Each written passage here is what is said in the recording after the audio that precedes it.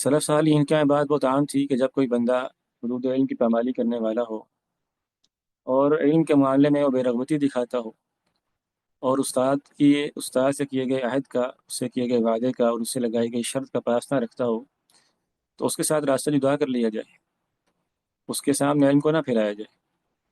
قرآن مجید میں اللہ تعالیٰ نے ہمیں قصہ بیان کیا جو طلب علم کے باب میں اصل ہے، موسیٰ علیہ السلام کا اور خضر علیہ السلام کا۔ اس میں شرط کیا لگی تھی؟ لا اصیل کا امرا، میں آپ کی نافرمانی نہیں کروں گا۔ اور موسیٰ علیہ السلام نے کہا تھا کہ اگر میں آپ سے دوبارہ سوال کروں تو مجھے اپنے ساتھ نہ رکھیے گا۔ فلا تصاحبنی قد بلغت من لدنی عذرا، پہلی دفعہ عذر بیان کر دیا، اس کے بعد کہا کہ اب اگر میں دوبارہ سوال کروں تو مجھے اپنے ساتھ مت رکھیے گا۔ موسیٰ علیہ السلام نے جب دوبارہ ان سے سوال کیا تو خضر علیہ السلام نے کہا تھا ھذا فراق بینی و بینک، یہ اب میرے اور آپ کی جدائی کا وقت آ گیا،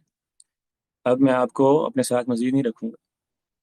اس سے بات معلوم ہوئی کہ استاد کو اس بات کا اختیار ہے کہ وہ طالب علم کو اپنے سے الگ کر دے اور اس کو پڑھانا چھوڑ دے، تادیب کے لیے اور حجر شرعی کے لیے، تاکہ اس کے بعد معلوم ہو کہ اس نے جو کام کیا ہے وہ مقام علم کے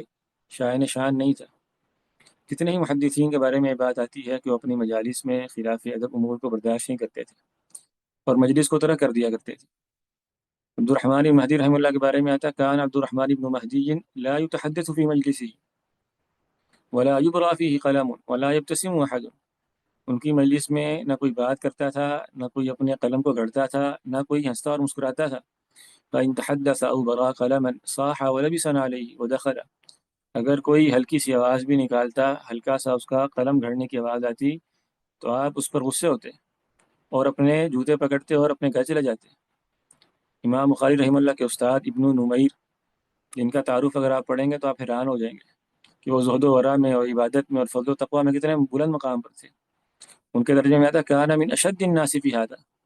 وہ مجالس علم کی توقیر کروانے میں، ان کی عزت کروانے میں انتہائی شدید ہوا کرتے تھے۔ امام وکیع بن جراح رحمہ اللہ کے بارے میں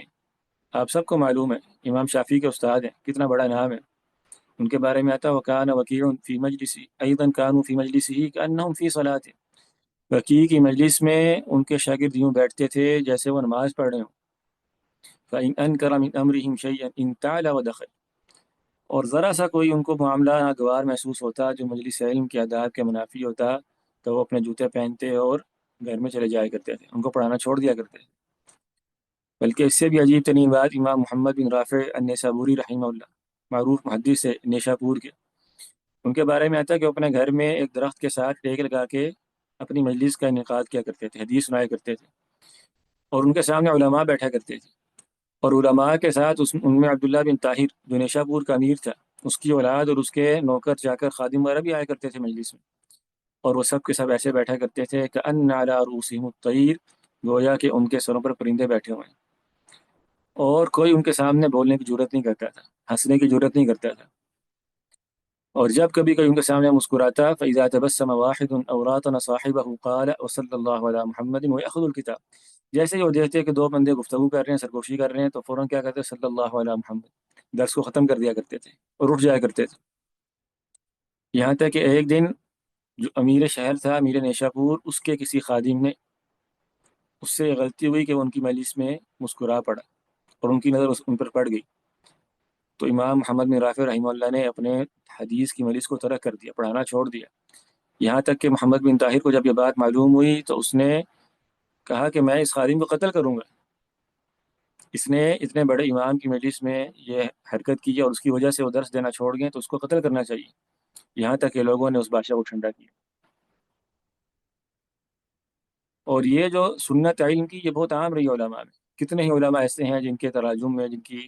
سیرت میں آپ یہ بات پڑھتے ہیں کہ وہ اپنے شاگردوں کو تادیب کے لیے، ان کو سبق سکھانے کے لیے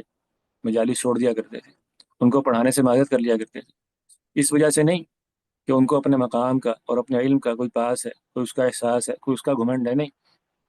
بلکہ اس وجہ سے کہ یہ علم فی نفسی اتنی مقام، اتنی محترم چیز ہے کہ اس میں ہر ایرے غیر نتو خیرے کو پر مارنے کی اجازت نہیں ہونی چاہیے۔ یہ علم وہی بندہ حاصل کرنے کے لیے آیا جو اس کے تقاضوں کو پورا کر سکتا ہے، اس کو خیال ہونا چاہیے۔ اسی وجہ سے محدثین نے اپنی کتابوں میں باقاعدہ باب باندھے کہ ایسے بندے کو علم نہ دیا جائے جو اس کا اہل نہیں ہے، جو علم حاصل کرنا چاہتا نہیں ہے۔ امام خطیب بغدادی رحمہ اللہ نے الجامع الاخلاق الراوی میں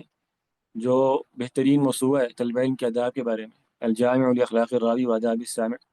اس میں باب قائم کیا، فرمایا باب کراہت التحدیث لمن لا یبتغیہ وان من ضیاعہ بذلہ لغیر اہلہ، اس بات کی کراہت، ناپسندیدگی کہ انسان اس بندے کو علم دے، اس کو حدیث بیان کرے جو اس کو چاہتا ہی نہیں ہے، اس کو پرواہ ہی کوئی نہیں ہے، جسے اپنا کاروبار، اپنے گھر بار، اپنی دعوتیں، کھابے اڑابے چیزیں بڑی پسند ہیں نا، اور اس کو ادھر پیش کرنے میں کوئی شرم و حیا بھی مانے نہیں ہے کہ میں گھر سے باہر تھا، میں دوستوں کے ساتھ تھا، میں یہ کر رہا تھا، میں وہ کر رہا تھا، بس علم حاصل کرتے ہوئے اسے اپنی مصروفیات آڑی آتی تھی۔ ایسے بندے کو علم دینا یہ علم کی توہین ہے، اور سلف صالحین ناپسند کرتے تھے کہ ایسے بندے کو علم دیا جائے، یہاں تک کہ وہ ایسے شخص کو علم دینے کو خنزیر کے گلے میں ہار پہنانے سے تشبیہ دیا کرتے تھے۔ کئی محدثین کے بارے میں بات آتی ہے، امام شعبہ کہتے ہیں کہ مجھے عامش نے دفعہ دیکھا کہ میں کسی بندے کو حدیث بیان کروں تو کہنے لگے یا شعبہ تعلق الدر فی اعناق الخنازیر، خنزیروں کے گلے میں تم ہار پہناتے ہو، تمہیں شرم نہیں آتی اس بات کی؟ امام مغیرہ رحمہ اللہ فرمایا کرتے تھے انی لاحتسب فی منع الحدیث کما تحتسبون فی بذلہ، میں بعض بے ادب طلبہ کو حدیث نہ بیان کر کے بھی اللہ سے اجر کی امید رکھتا ہوں، جیسے تم لوگ حدیث بیان کر کے اجر کی امید رکھتے ہو۔ اس طرح بعد اب طلبہ کو علم دینا یہ باعث اجر ہے، اس طرح بے ادبوں سے علم کو روک لینا یہ بھی باعث اجر ہے۔